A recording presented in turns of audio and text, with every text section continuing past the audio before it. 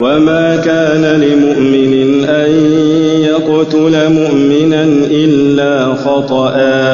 ومن قتل مؤمنا خطأ فتحرير رقبة مؤمنة ودية مسلمة إلى أهله إلا أن يصدقوا فإن كان من قوم عدو لكم وهو مؤمن فتحرير رقبة مؤمنة وإن كان من قوم بينكم وبينهم ميثاق فدية مسلمة إلى أهله وتحرير رقبة مؤمنة فمن لم يجد فصيام شهرين متتابعين توبة من الله وكان الله عليما حكيما ومن يقتل مؤمنا متعمدا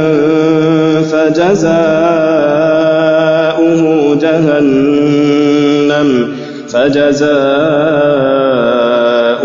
جهنم خالدا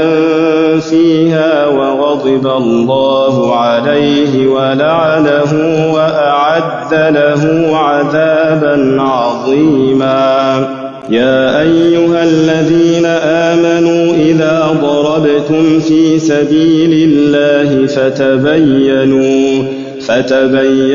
ولا تقولوا لمن ألقى إليكم السلام لست مؤمنا تبتغون عرض الحياة الدنيا فعند الله مغانم كثيرة كذلك كنتم من قبل فمن الله عليكم فتبينوا إن الله كان بما تعملون خبيرا لا يستوي القاعدون من المؤمنين غير أولي الضرر والمجاهدون في سبيل الله بأموالهم وأنفسهم فضل الله المجاهدين بأموالهم وأنفسهم على القاعدين درجة وكلا وعد الله الحسنى وفضل الله المجاهدين على القاعدين أجرا عظيما درجات منه ومغفرة ورحمة وكان الله غفورا رحيما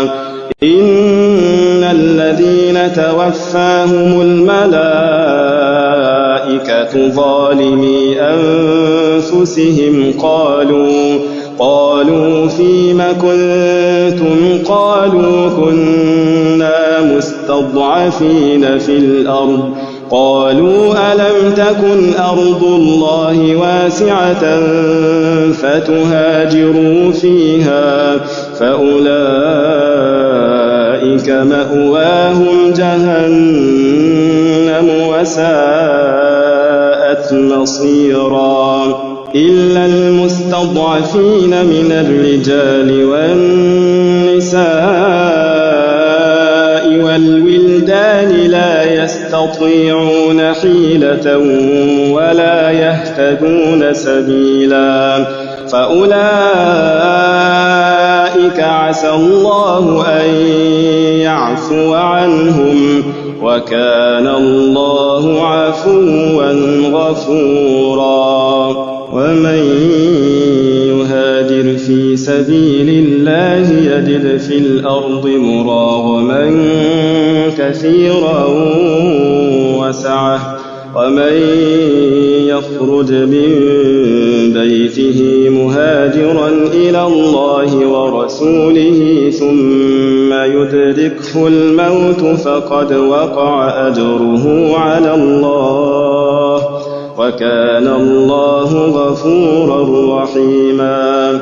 وإذا ضربتم في الأرض فليس عليكم جناح أن تقصروا من الصلاة إن خفتم أن يفتنكم الذين كفروا إن الكافرين كانوا لكم عدوا